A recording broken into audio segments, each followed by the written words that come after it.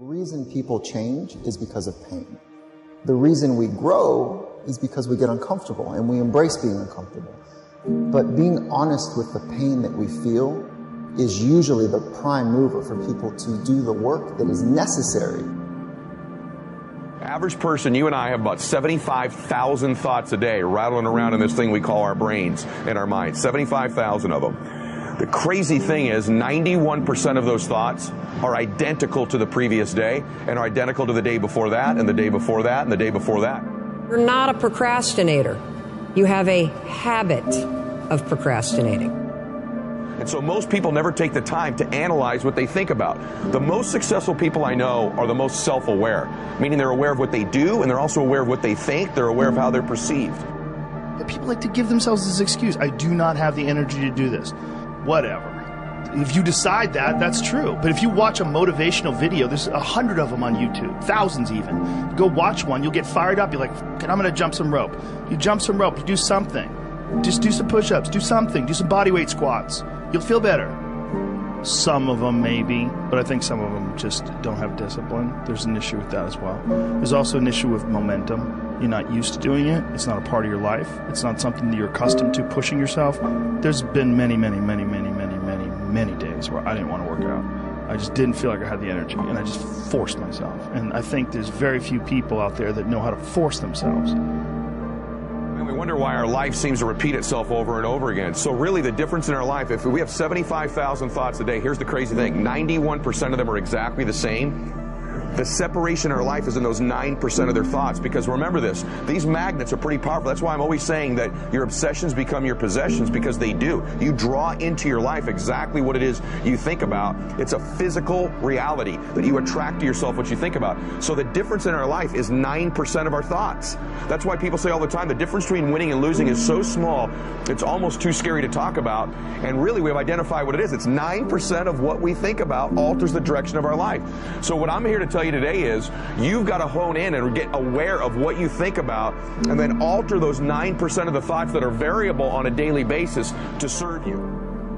And you know, people are very, very, very, very tough. And it turns out that if you face things, that you can put up with a lot more than you think you can put up with, and you can do it without becoming corrupted.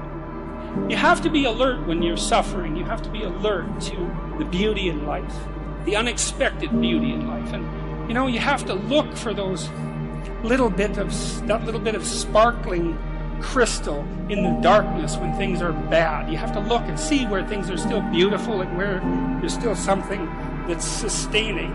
You know, you narrow your time frame and you be grateful for what you have, and that can get you through some very dark times. Our belief system is based upon our evaluation of something. Frequently, if we reevaluate a situation, our belief about it will change. I began reevaluating who I was. I started to study. I never stopped studying. And I found as I reevaluated, I had a much higher opinion of myself. I found out things about me that I would have never believed if you had told me. The power that's locked up within us, the marvelous system we've got. Do you know the blood circulates through your veins every 33 seconds, through hundreds of miles of passageway? Bang, just like that, clears all the food in and all the garbage out. Stop and think of the central nervous system. It's the most complex electrical system in the world. And you've got it. Think of your brain, an electronic switching station like that. You can change the vibration of yourself and everything around you. We have awesome powers, and it's all based on what you believe about you.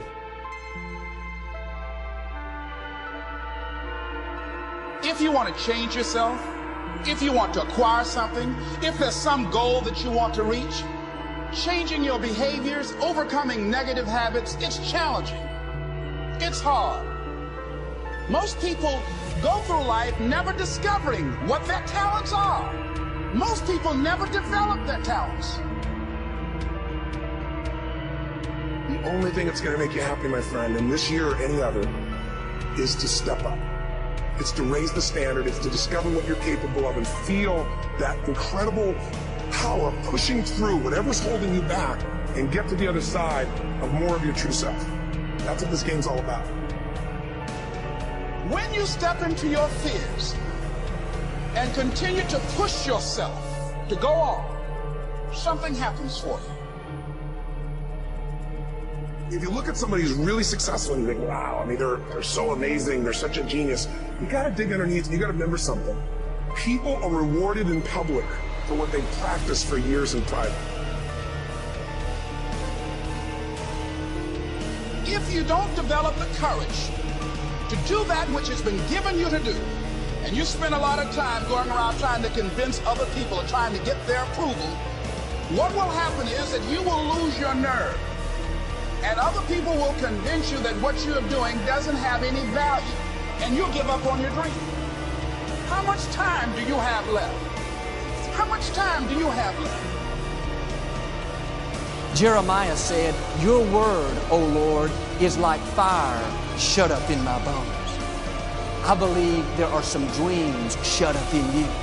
Like fire, you're going to feel your destiny calling out. May not have happened the first time. The loan didn't go through. You didn't get chosen for the part.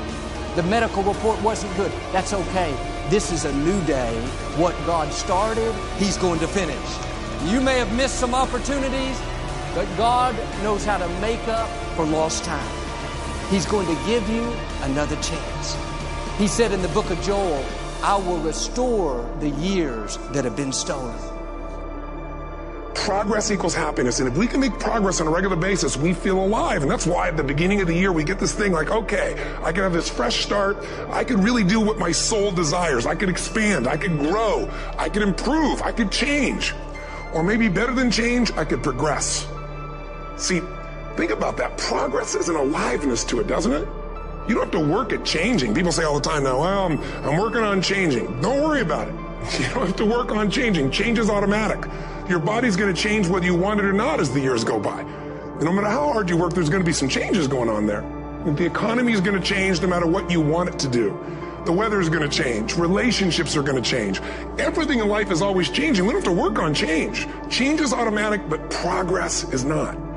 So if you want to make real progress, then you really got to look at your life in a different way. You got to say, I got to take control of this process and not just hope it's going to work out like people do who make a resolution. You may have lost years because somebody else put you at a disadvantage, or years because of your own choices.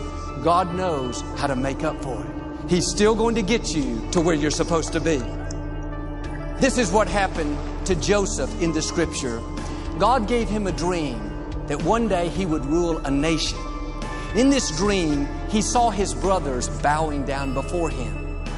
Joseph should have used more wisdom and not told his brothers that part of the dream. Certain things you should keep to yourself.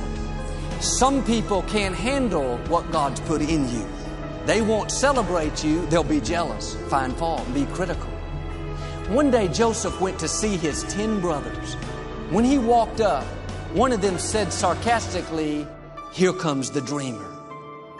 They weren't upset because he was their father's favorite child.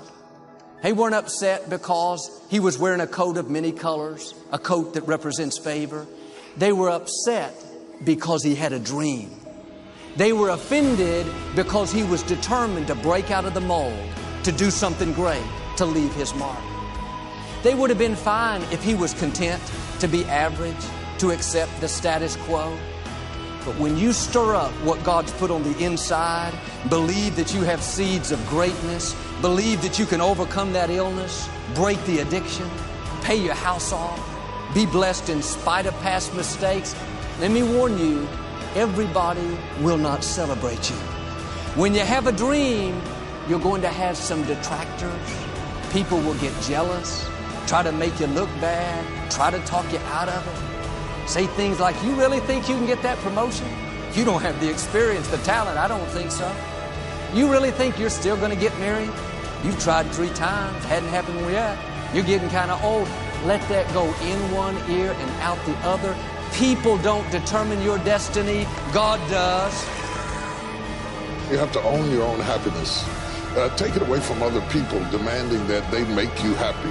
Your kids are not going to make you happy. Your spouse is not going to make you happy. A big house is not going to make you happy. Own your own happiness and be responsible for doing those things that bring joy into your own heart, independently of life and people and money and all of that stuff. Right. It doesn't necessarily give you a happiness. You have to take responsibility of that peace and that joy that lives inside of your heart and not inside of your stuff. That's what hope is. Imagining and then fighting for and then working for what did not seem possible before. That's leadership. John F. Kennedy didn't look up at the moon and say, oh, that's too far. There is a moment in the life of every generation when that spirit of hopefulness has to come through if we are to make our mark on history. But how real is the message that you're putting out? How authentic, how valuable is the product that you have? You know, are you expressing yourself as fully, authentically, passionately as you possibly can? Fewer know how to sell, almost no one knows how to close. When you can close anyone at any time, it means that you have the ability to generate revenue at any moment. You can't be what you can't see. If I never meet a billionaire, I wouldn't want to be one. Because I wouldn't know what that feels like. I don't know what it looks like. I don't know what it takes.